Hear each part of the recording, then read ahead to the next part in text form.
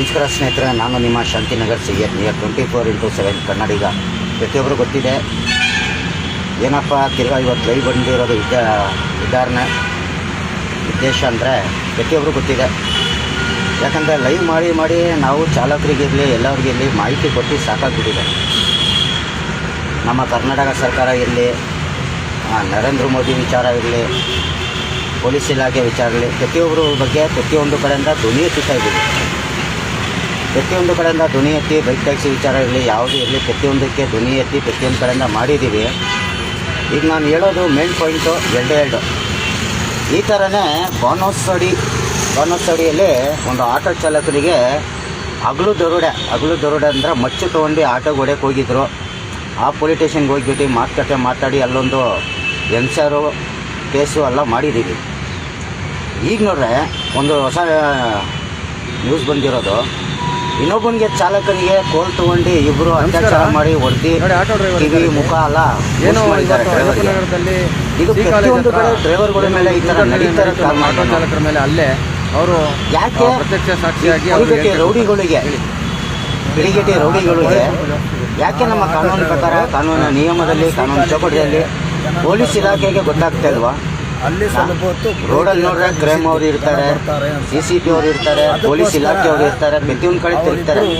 ಪ್ರತಿಯೊಂದು ಸಿಗ್ನಲಲ್ಲಿ ಏನಾಗ್ತಾ ಇದೆ, ಏನಿಲ್ಲ, ಯಾವ ಥರ ಆಕ್ಸಿಡೆಂಟ್ ಆಗಿದೆ, ಯಾವ ಥರ ಇಲ್ಲ ಅಂತ ಮಾಹಿತಿಗಳು ತಗೋತಾರೆ. ಒಬ್ಬ ಚಾಲಕನಿಗೆ 2-3 ಜನ ಸೇರಿ ಅಲ್ಲೇ ಮಾಡ್ತಾ ಇದ್ರು. ವಿಡಿಯೋ ವೈರಲ್ ಆಗಿದೆ, ಕಂಪ್ಲೇಂಟ್ ಆಗಿದೆ, ಎಲ್ಲ ಮಾಡಿದ್ದಾರೆ ಅಂದ್ರು. ಈಗ ನಮ್ಮ ಬೆಂಗಳೂರು ನಗರ ಅಂತ ಹೇಳ್ತಾ ಇಲ್ಲ, ಕರ್ನಾಟಕ ನಗರ ಇದೆ, ಇಡೀ ಇಂಡಿಯಾ ಚಾಲಕರಿಗೆ ಏನೇನು ಡ್ರೈವರ್ಗಳಿಗೆ ತೊಂದರೆ ಆಗ್ತಿದೆ. ಈ ಥರ 1000 ಜನ ಡ್ರೈವರ್ಗಳ ಮೇಲೆ ಹಲ್ಲೆ ಆಗಿದೆ. ಯಾಕೆ ಇದ್ರ ಬಗ್ಗೆ ಯಾರು ಧ್ವನಿ ಎತ್ತುತ್ತಾ ಇಲ್ಲ? ಯಾಕೆ ಇದ್ರ ಬಗ್ಗೆ ಯಾರು ಮಾತಾಡ್ತಾ ಇಲ್ಲ? ಯಾಕೆ ಒಬ್ಬ ಚಾಲಕನ ಮೇಲೆ ಒಂದು 3-4 ಜನ ಸೇರ್ಬಿಟ್ಟು ರೋಡಿಸಮ್ಗಳು ಮಾಡೋದು, ಮಚ್ಚು ತಗೊಂಡು ಹೊಡೆಯೋದು, ಏನು ಸಿಗುತ್ತೆ ಕಲ್ಲು ತಗೊಂಡು ಹೊಡೆಯೋದು, ಗಾಡಿಗಳಿಗೆ ಹೊಡೆಯೋದು, ಡ್ರೈವರ್ ಮೇಲೆ ಹಲ್ಲೆ ಮಾಡೋದು. ಡ್ರೈವರ್ ಕಷ್ಟಪಟ್ಟು ಅವ್ನ ಗಾಡಿ ಕಲೆಕ್ಷನ್ ಕೊಟ್ಟು ಇಸ್ಕೊಂಡು, ಗಾಡಿ ಗ್ಯಾಸ್ ಹಾಕ್ಸ್ಕೊಂಡು, ಅವ್ನ ಮನೆ ಮಟ್ಟಕ್ಕೆ ಅವನಿಗೆ ಅಂತ ಸಮಸ್ಯೆಗಳು ಉಟ್ಕೊಂಡು ಅವ್ನು ಸಾಲ ಮಾಡ್ಕೊಂಡು ಕಷ್ಟಪಟ್ಟು ಅವ್ನು ಗಾಡಿ ಓಡಿಸ್ತಾ ಇದ್ರೆ, ಯಾವ ರೋಡಲ್ಲಿ ಹೋಗೋದು ಚಪ್ಪರ್ ನನ್ನ ಮಕ್ಕಳು, ಕಿಡಿಗೇಟಿ ನನ್ನ ಮಕ್ಕಳು ರೌಡಿಸಮ್ಗಳು ಮಾಡೋದು, ಡ್ರೈವರ್ಗಳ ಮೇಲೆ ಹಲ್ಲೆ ಮಾಡೋದು, ಏಕಾವಚಿ ಬೈಯೋದು, ಇದು ಎಲ್ಲರಿಗೂ ಸರಿ ಇದು? ಯಾಕೆ ಇದೆಲ್ಲ ನಡೀತಾರೆ? ನಮ್ಮ ಪೊಲೀಸ್ ಇಲಾಖೆಗೆ ಯಾರಿಗೂ ಕಣ್ಣಿಗೆ ಕಾಣ್ತಾ ಇಲ್ವಾ? ಯಾವ ಸರ್ಕಾರ ಕಣ್ಣಿಗೆ ಕಾಣ್ತಾ ಇಲ್ವಾ? ಯಾವ ಡಿಪಾರ್ಟ್ಮೆಂಟ್ ಕಣ್ಣಿಗೆ ಕಾಣ್ತಾ ಇಲ್ವಾ? ಯಾವ ಗೌರ್ಮೆಂಟ್ಗೆ ಕಣ್ಣಿಗೆ ಕಾಣ್ತಾ ಇಲ್ವಾ? ಅದೇ ಒಂದು ಕೌನ್ಸಿಲರ್ಗೋ, MLAಗೋ, CMಗೋ, PM ಗೋ, ರೈಟ್ ಹ್ಯಾಂಡ್ಗೋ, ಲೆಫ್ಟ್ ಹ್ಯಾಂಡಲ್ಲಿ ಹೋಗಿ ಇರ್ತಾ ಇದ್ರೆ ಹೆಡ್ಲೈನ್ಸಲ್ಲಿ ಪದೇ ಅದೇ ತೋರಿಸ್ತಾ ಇದ್ರು. ಈ ಥರ ಮರ್ಡರ್ ಆಗಿಬಿಟ್ಟಿದೆ, ಈ ಥರ ರೋಡಿಸಮ್ ಮಾಡಿದ್ದಾರೆ, ಈ ಥರ ಮರ್ಡರ್ ಮಾಡಿದ್ದಾರೆ, ಈ ಸ್ಪಾಟಲ್ಲಿ ಈ ಥರ ಆಗಿದೆ, ಆ ಥರ ಆಗಿದೆ, ಈ ಥರ ಆಗಿದೆ ಅಂತ ಇಡೀ ಸೋಷಿಯಲ್ ಮೀಡಿಯಾದಲ್ಲಿ ಮಾಡ್ತಾ ಇದ್ರಲ್ಲ. ಈಗ ಒಬ್ಬ ಚಾಲಕನ ಮೇಲೆ ಈ ಥರ ಹಲ್ಲೆಗಳು ನಡೀತಾ ಇದೆ, ಅತ್ಯಾಚಾರ ನಡೀತಾ ಇದೆ, ಹಗಲು ದರೋಡೆ ನಡೀತಾ ಇದೆ, ಡ್ರೈವರ್ಗಳ ಮೇಲೆ ಅತ್ಯಾಚಾರ ನಡೀತಾ ಇದೆಯಲ್ಲ. ಇದ್ರ ಬಗ್ಗೆ ಯಾಕೆ ಅನೇಕ ಸಂಘಟನೆ ನಾಯಕರು ಇರಲಿ, ಅನೇಕ ರಾಜಕಾರಣಿಯವರು ಇರಲಿ, ಅನೇಕ ಪಾಲಿಟಿಕ್ಸ್ ಅವರು ಇರಲಿ, ಯಾರೂ ಇರಲಿ, ನಿಮ್ಮ ಗಾಡಿಗೆ ಒಬ್ಬ ಡ್ರೈವರ್ ಬೇಕೇ ಬೇಕು. ಒಬ್ಬ ಪೊಲೀಸ್ ಗಾಡಿ ಓಡಿಸ್ಬೇಕಂದ್ರೂ ಡ್ರೈವರ್ ಬೇಕು, ಒಬ್ಬ CM ಗಾಡಿ ಓಡಿಸ್ಬೇಕಂದ್ರೂ ಡ್ರೈವರ್ ಬೇಕು, ಒಂದು BMTC ಓಡಿಸ್ಬೇಕಂದ್ರೂ ಡ್ರೈವರ್ ಬೇಕು. ಪ್ರತಿಯೊಬ್ಬ ಡ್ರೈವರ್ ಇಲ್ಲ ಅಂದರೆ ಯಾವುದೂ ಇಲ್ಲ. ಈ ಡ್ರೈವರ್ಗಳ ಮೇಲೆ ಅತ್ಯಾಚಾರ ನಡೀತಾ ಇದೆಯಲ್ಲ, ಯಾಕೆ ಕ್ರಮಗಳು ತಗೋತಲ್ಲ? ಯಾಕೆ ಇದಕ್ಕಂತ ಒಂದು ಮಾಡ್ತಾ ಇಲ್ಲ? ಏನು ಹಲ್ಲೆಗಳು, ಇಂಜೆಕ್ಷನ್ಗಳು ತಗೊಂಡು, ಟ್ಯಾಬ್ಲೆಟ್ಗಳು ಕೊಟ್ಟು, ಎಣ್ಣೆಗಳು ಹೊಡ್ಕೊಂಡು, ಅವ್ರ ಶೋಕಿಗೋಸ್ಕರ ಅವ್ರು ಮಾಡಿ ಕೆಲಸಕ್ಕೋಸ್ಕರ ಡ್ರೈವರ್ಗಳಿಗೆ ಏನಕ್ಕೆ ಹೊಡಿತಾರೆ ಮಾಡ್ಕೊಂಡು ಬಂದು ಯಾಕೆ ನಮ್ಮ ಚಾಲಕರು ಯಾರು ಇಲ್ಲ ಇದ್ರ ಬಗ್ಗೆ ಧ್ವನಿ ಕೇಳ್ತಾರ? ಯಾಕೆ ಇದ್ರ ಬಗ್ಗೆ ಯಾರು ಮಾತಾಡ್ತಾ ಇಲ್ಲ? ಚಾಲಕರೆಲ್ಲ ಬಂದಿದ್ದೀವಿ, ಹೇಳಿ ನೋಡ. ಆಟೋ ಚಾಲಕರು ಬಂದರೂ ಕೂಡ ಇದಕ್ಕೆ ಯಾವುದೇ ನಾವೇ ಬಂದು ನಿಮಗೆ ತಿಳಿಸ್ಕೊಡ್ಬೇಕಾ? ಇನ್ನೂ ಆಗಿಲ್ಲ. ಪೊಲೀಸ್ ಇಲಾಖೆಗೆ ಇರಲಿ, ಕ್ರೈಮ್ ಅವ್ರಿಗಿರಲಿ, ಸರ್ಕಲ್ ಇನ್ಸ್ಪೆಕ್ಟರ್ ಬರಲಿ ಅಂತ ಸಚಿವರಿಗಿರಲಿ, ಅಧಿಕಾರ ಅವ್ರಿಗಿರಲಿ, ಟ್ರಾನ್ಸ್ಪೋರ್ಟ್ ಮಿನಿಸ್ಟರ್ಗಿರಲಿ, ಪ್ರತಿಯೊಂದು ಬಗ್ಗೆ ಬೈಕ್ ಟ್ಯಾಕ್ಸಿ ವಿಚಾರ ಅಂತ ಹಿಡಿದು ಪ್ರತಿಯೊಂದು ಬಗ್ಗೆ ಸಂಘಟನೆ ನಾಯಕರು ಮಾಡ್ತಾ ಇದ್ದಾರೆ. ಚಾಲಕರು ಏನ್ ಮಾಡ್ತಾ ಇದ್ರ? ಚಾಲಕರು ಏನಕ್ಕೆ ಧ್ವನಿ ಎತ್ತಿದ್ದಲ್ಲ? ಚಾಲಕರು ಒಂದಾಗಿ ಕೂಡಿ ಒಂದಾಗಿ ಏನಕ್ಕೆ ನಿಂತ್ಕೊಂಡಲ್ಲ ಚಾಲಕರು? ನೀವು ಇವತ್ತು ಆ ಡ್ರೈವರ್ ಹೊಡ್ತಿರ್ಬೋದು, ನಾಳೆ ದಿವಸ ಬೇರೆ ಮಂದಿ ನಿಮ್ಮ ಮೇಲೆ ಅಟ್ಯಾಕ್ ಮಾಡ್ತಾನೆ, ಅವಾಗೂ ಹಿಂಗೆ ಬಾಯಿ ಮುಚ್ಕೊಂಡು ಕುತ್ಕೋತೀರಾ ನೀವು? ಬಾನಸವಾಡಿದಲ್ಲೇ ನೋಡಿದ್ರ, ಅದೇ ಸ್ಟೇಷನ್ಗೆ ಹೋಗ್ಬಿಟ್ಟು JBM ಡಾಕ್ಟರ್ ಅಂಬೇಡ್ಕರ್ ಚಾಲಕರು ಸಂಘಟನೆ ನಿಂತ್ಕೊಂಡು ಆ ಡ್ರೈವರ್ಗೆ ನ್ಯಾಯ ಕೊಡಿಸೋದು ಕೆಲಸ ಮಾಡಿದ್ದೀವಿ. ಹಗಲತ್ತಲ್ಲೇ ಮಚ್ಚಿ ತೊಗೊಂಡು ಗಾಡಿಗೆ ಹೊಡೆದಿದ್ದು, ಅವ್ನ ಗೊಡೆಗೆ ಬಂದಿರೋದು ಎಲ್ಲ ಅದು ವಿಡಿಯೋ ಮುಖಾಂತರ ತಿಳಿಸ್ಕೊಟ್ಟಿದ್ದೀವಿ, ಅದು ಲೈವ್ ಮುಖಾಂತರ ತಿಳಿಸ್ಕೊಟ್ಟಿದ್ದೀವಿ. ಇವತ್ತೊಂದು ಘಟನೆ ಆಯಿತು, ಮೊನ್ನೊಂದು ಲಾರಿ ಡ್ರೈವರ್ಗೆ ಯಾರೋ ಹೊಡೆದ್ಬಿಟ್ಟು ಕಾಸು ಎಲ್ಲ ಕಿತ್ಕೊಂಡಿದ್ದಾನೆ, ಆ ವಿಡಿಯೋನು ಇದೆ ಅಂತವ. ಈ ಥರ ಪ್ರತಿಯೊಂದು ಆಗ್ತಾ ಇದ್ರೆ ಡ್ರೈವರ್ಗಳಿಗೆ ಏನು ಮರ್ಯಾದೆ ಇಲ್ವಾ? ಡ್ರೈವರ್ಗಳಿಗೆ ಗೌರವ ಇಲ್ವಾ? ನಿಮ್ಗೆ ಏನಾದ್ರು ಎಮರ್ಜೆನ್ಸಿ ಆಗಿದ್ರೆ ಆಟೋಗಳು ಬೇಕು, ಕ್ಯಾಬ್ ಡ್ರೈವರ್ ಬೇಕು, ಎಲ್ಲರೂ ಬೇಕಂದ್ರೆ ನಿಮಗೆ ಬಸ್ಗಳು ಬೇಕು, ಪ್ರತಿಯೊಂದಕ್ಕೆ ಡ್ರೈವರ್ಗಳು ಬೇಕು. ಡ್ರೈವರ್ಗಳಿಗೆ ಈ ಥರ ಸಮಸ್ಯೆಗಳು, ಈ ಥರ ಪರಿಹಾರ, ಈ ಥರದ ತೊಂದರೆಗಳು ಆಗ್ತಾ ಇರೋದೋಸ್ಕರ ನೀವು ಏನ್ರಿ ಮಾಡ್ತಾ ಇದ್ರ ಪ್ರತಿಯೊಬ್ಬರು ಕುತ್ಕೊಂಡು? ಯಾಕೆ ಅವ್ನು ಮನುಷ್ಯ ಅಲ್ವಾ? ಅವ್ನಿಗೆ ಅವ್ನಿಗೂ ನೋವಾಗ್ತಲ್ವಾ? ಪಾಪ ಅವ್ರ ಹೆಂಡತಿ ಮಕ್ಳು ಎಷ್ಟು ಕಷ್ಟಪಡ್ತಾ ಇದ್ದಾರೆ, ಅವ್ರ ಮನೆಯಲ್ಲಿ ಅಪ್ಪ ಅಮ್ಮ ಎಷ್ಟು ಕಷ್ಟಪಡ್ತಾ ಇದ್ದಾರೆ. ಅವನು 4 ಕಾಸು ದುಡಿಯೋಕೆ ಬರೋದೇನಕ್ಕೆ ಮನೆ ಸಂಸಾರಕ್ಕೆ, ಮನೆ ಮೇಂಟೆನೆನ್ಸ್ಗೆ, ಮಕ್ಕಳ ಬಗ್ಗೆ, ಕಾಲೇಜ್ ಬಗ್ಗೆ, ಸ್ಕೂಲ್ ಬಗ್ಗೆ ಪ್ರತಿಯೊಂದು ಎಷ್ಟು ನೋಡ್ಕೊಂಡು ಮಟ್ಟ ಬಿಟ್ಟು ಡ್ರೈವರ್ಗಳು ದುಡಿಯೋಕೆ ಹೆಂಗೆ ಬರ್ತಾರೆ ಹೇಳಿ? ಕಷ್ಟಗೋಸ್ಕರ ಬರ್ತಾರೆ. ಈ ಥರ ತಿರುಗೋಗಿಗಳು, ನಾಯಿ ನನ್ನ ಮಕ್ಕಳು, ಚಪ್ಪಲ್ ನನ್ನ ಮಕ್ಕಳು ರೋಡಲ್ಲಿ ಬಂದು ಡ್ರೈವರ್ಗಳ ಮೇಲೆ ಈ ಥರ ಹಲ್ಲೆಗಳು ಮಾಡಿ ಈ ಥರ ಹೊಡಿತಾರೆ, ಬರೀತಾರೆ ಅಂದರೆ ಯಾಕೆ ನಮ್ಮ ಡ್ರೈವರ್ಗಳು ಒಂದಾಗ್ತಾ ಇಲ್ಲ? ಯಾಕೆ ಒಂದು ಮಾಹಿತಿ ಕೊಡ್ತಲ್ಲ ನಮ್ಮ ಡ್ರೈವರ್ಗಳು? ಹೇಳಿ ನೋಡೋಣ. ನೋಡಿ, ನೀವು ಕಮೆಂಟ್ ಮಾಡ್ತೀರೋ ಏನು ಮಾಡ್ತೀರೋ ನನಗೆ ಗೊತ್ತಿಲ್ಲ. ಆಗೋದಷ್ಟು ಬೇಗ ಪ್ರತಿಯೊಬ್ಬ ಡ್ರೈವರ್ಗೆ, ಪ್ರತಿಯೊಬ್ಬ ಚಾಲಕನಿಗೆ ನ್ಯಾಯ ಕೊಡಿಸ್ಬೇಕು. ಪ್ರತಿಯೊಬ್ಬರು ಡ್ರೈವರ್ಗೆ ಅನುಕೂಲಗಳು ಆಗಬೇಕು. ನಾನು ಕೇಳೋದಷ್ಟೇ. ನೀವು ಅವರು ಇವರು ಅವ್ರ ಕಡೆಯಿಂದ ಇವ್ರ ಕಡೆಯಿಂದ ನಾನು ಏನು ಹೇಳಲ್ಲ ಸ್ವಾಮಿ. ಯಾಕೆ ಹೇಳಿ ಎಲ್ಲ ನಿಮ್ಮ ವಿರೋಧವಾಗಿದ್ದೀನಿ.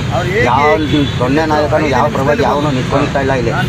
ಚಾಲಕರ ಬಗ್ಗೆ ಕಟ್ಟಿರೋ ಸಂಘಟನೆ, ಚಾಲಕರ ಬಗ್ಗೆ ಇರೋದು ಧ್ವನಿ, ಚಾಲಕರನ್ನೇ ಎತ್ತಿ ಅವರೇ ಒಂದು ಮಲಗ್ತಾ ಇದ್ದಾರೆ. ಚಾಲಕರ ಬಗ್ಗೆ ಪ್ರತಿಯೊಂದು ಕಡೆ ಧ್ವನಿ ಎತ್ತಿ ಸಾಕಾಗ್ಬಿಟ್ಟಿದೆ.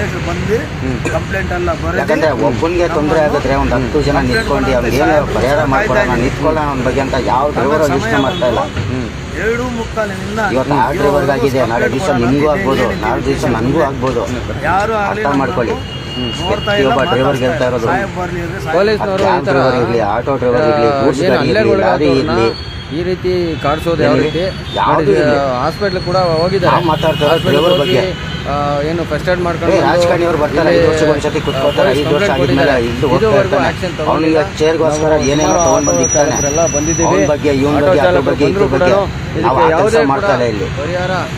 ನಾವು ಮಾಡ್ತಾ ಇದ್ದೀವಿ ಡ್ರೈವರ್ ಸಮಾಜ ಬಗ್ಗೆ, ಡ್ರೈವರ್ ಬಗ್ಗೆ ವಿಚಾರಗಳು ತಿಳಿಸ್ಕೊಡ್ತಾ ಇದ್ದೀವಿ, ಡ್ರೈವರ್ ಬಗ್ಗೆ ಮಾತಾಡ್ತಾ ಇದ್ದೀವಿ. ಡ್ರೈವರ್ಗಳು ಕಷ್ಟ ಏನಂತ ನಾವು ತಿಳಿಸ್ಕೊಡ್ತಾ ಇದ್ದೀವಿ. ಮಾಮೂಲಿ ಬೈಕ್ ಟ್ಯಾಕ್ಸಿ ಬಗ್ಗೆನೂ ಹೋರಾಟ ಮಾಡಿ ಕೇಸ್ಗಳು ಹಾಕ್ಕೊಂಡು ಎಲ್ಲ ಮಾಡಿರೋದಾಯ್ತು. ಅನೇಕ ಆನ್ಲೈನ್ ಆ್ಯಪ್ಗಳ ಬಗ್ಗೆನೂ, ಓಲಾ ಊಬರ್ ಬಗ್ಗೆನೂ ಕೇಸ್ಗಳು ಹಾಕ್ಕೊಂಡು ಡ್ರೈವರ್ಗಳು ತೊಂದರೆ ಆಗ್ತಾ ಇರೋದು, ಸಮಸ್ಯೆ ಬಗ್ಗೆನೂ ಹೇಳಿದಾಯ್ತು.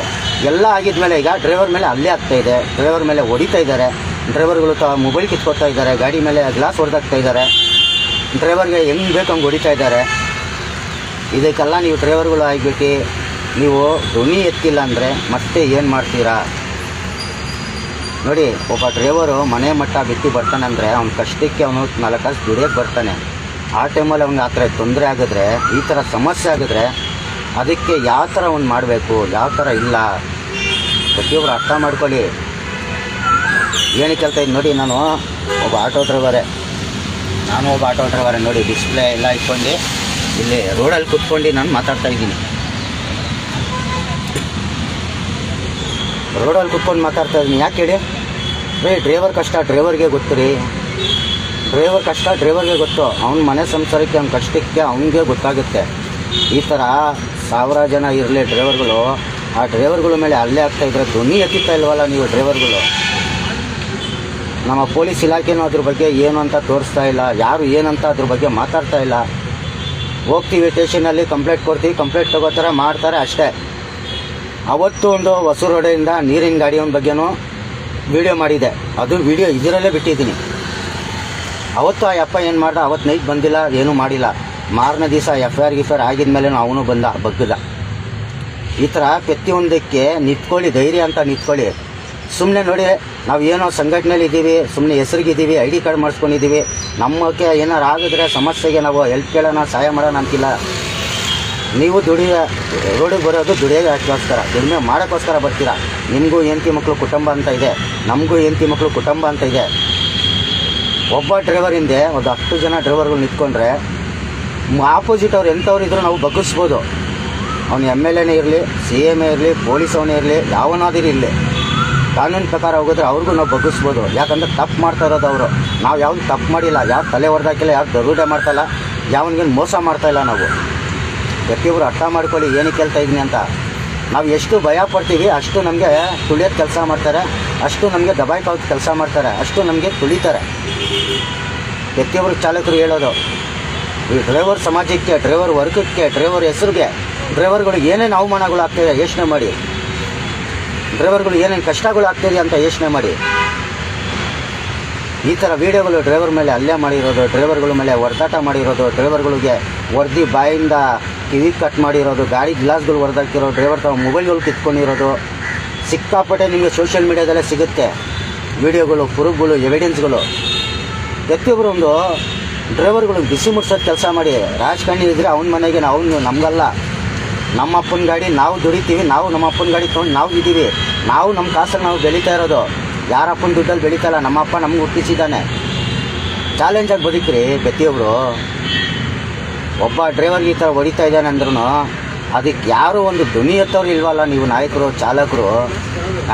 ಯಾಕೆ ಆ ಸಂಘಟನೆಯಲ್ಲಿ ಇದ್ದರೆ ಮಾತ್ರ ನೀವು ಧ್ವನಿ ಎತ್ತಬೇಕಾ? ನಿಮ್ಮ ಸಂಘಟನೆಯಲ್ಲಿ ಇದ್ದರೆ ಮಾತ್ರ ನೀವು ಧ್ವನಿ ಎತ್ತೀರಾ? ನಿಮ್ಮ ಡ್ರೈವರ್ಗೆ ಸಮಸ್ಯೆ ಆಗಿದ್ರೆ ಮಾತ್ರ ನೀವು ಸಪೋರ್ಟ್ ಮಾಡ್ತೀರಾ, ಬೇರೆ ಡ್ರೈವರ್ಗಳಿಗೆ ಮಾಡಲ್ವಾ? ಅರ್ಥ ಮಾಡ್ಕೊಳ್ಳಿ. ನಾವು ಕಟ್ಟಿರೋದು ಚಾಲಕರಿಗೋಸ್ಕರ, ಡ್ರೈವರ್ ಅಂತ ಮಾಡಿರೋ ಸಂಘಟನೆ ಡ್ರೈವರ್ಗಳಿಗೋಸ್ಕರ ಮಾಡಿರೋದು, ಸ್ವಾರ್ಥಿಗೋಸ್ಕರ ಅಲ್ಲ. ನನ್ನ ಮಾತು ಕೆಲವು ಜನಕ್ಕೆ ಚುಚ್ಚುತ್ತೆ, ತುಂಬ ನೋವಾಗುತ್ತೆ ಅವ್ರಿಗೆ. ಅರ್ಥ ಆಯ್ತಾ? ನಾನು ಏನಕ್ಕೆ ಹೇಳ್ತಾ ಇದ್ದೀನಿ ಅಂತ ಪ್ರತಿಯೊಬ್ಬರು ಗೊತ್ತು. ಅದು ಸೋಷಿಯಲ್ ಮೀಡಿಯಾದಲ್ಲಿ ಹೇಳ್ತಾ ಇದ್ದೀನಿ ಅಂದರೆ ಯೋಚನೆ ಮಾಡಿ. ಒಬ್ಬ ಡ್ರೈವರ್ಗೆ ಆ ಥರ ಆಗಿದೆ ಅಂದರೆ ಎಷ್ಟು ಕಷ್ಟ ಇರ್ಬೋದು. ನೈಟಲ್ಲಿ ಗಾಡಿ ಓಡಿಸೋರು ಇದ್ದಾರೆ ರೀ ಡ್ರೈವರ್ಗಳು. ಹಗಲು ದರೋಡದಲ್ಲಿ ಈ ಥರ ಆಗ್ತಾಯಿದ್ರಂತೆ. ನೈಟ್ ಡ್ರೈವರು ನೈಟಲ್ಲಿ ಕಷ್ಟಪಟ್ಟು ಅವನು ಹೆಂಡತಿ ಮಕ್ಳು ಮನೇಲಿ ಬಿಟ್ಟು ನೈಟಲ್ಲಿ ಒಂದು 100-200 ರೂಪಾಯಿ ದುಡಿಯೋಣ ಅಂತ ಬರ್ತಾನಲ್ಲ, ಆ ಟೈಮಲ್ಲಿ ನೈಟಲ್ಲಿ ಡ್ರೈವರ್ಗಳು ಏನೇನು ಆಗುತ್ತೆ ಅಂತ ನಿಮ್ಗೆ ಗೊತ್ತೇನ್ರಿ? ಅರ್ಥ ಮಾಡ್ಕೊಳ್ಳಿ.